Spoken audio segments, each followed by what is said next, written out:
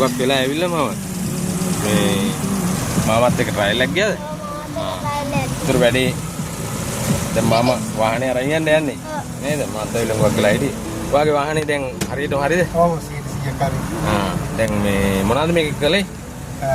කලින් නම් තිබ්බේ වතුර හීට් වෙන එකයි.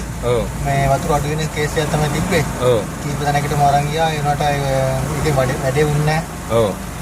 7-8 විතර සල්ලි ගත්තාට මේ ඒ පරණ තිබ්බ ලීඩියම තමයි තිබ්බේ. ඊට පස්සේ මම මෙතනට අරගෙන ආවේ මේක රිපෙයාර් කරගන්න.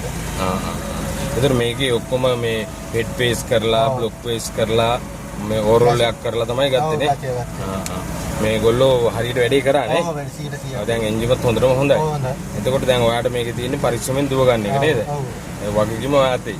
එතකොට මම ඔය ප්‍රශ්නයක් අහනවා මේ ඔයාලට මේක දැන් ඔයා විතර දෙලවන්නේ තව කීප දෙනෙක් එලවනවද?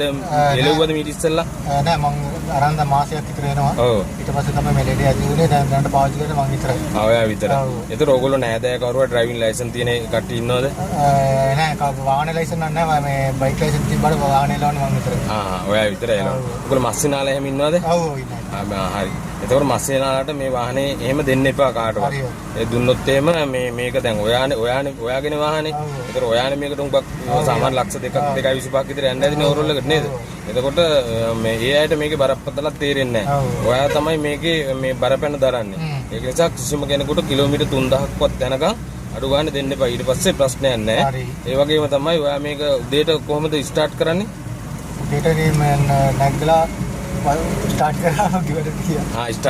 ස්ටාර්ට් කරපු ගමන් මේ ඔයාගේ ගමනාන්තය දක්වා ඔයා යන්න තමයි බලාපොරොත්තු. එහෙම යන්න බෑ.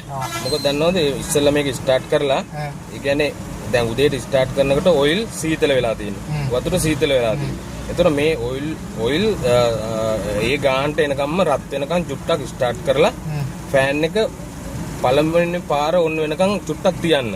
එතකොට ඔයිල් වල මේ රත් වීම වතුර රත් වීම එතකොට ඒ වගේ දෙයක් මේක එන්ජිමේ වෙනවා. එතකොට තර්මෝස්ටැට් වෑල් එක ඇරෙනවා.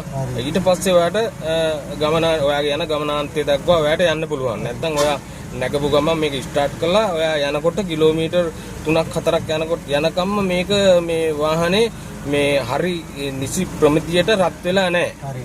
එතකොට අර චූටි තැන් වලට චූටි හිල් වලට පුංචි ඒවට මේ වතුර මේ තෙල් ගමන් කරන්නේ නැති වුනහම ඒවට ක්‍රමක්‍රමයෙන් චුට්ටි චුට්ට ගෙවිලා යනවා.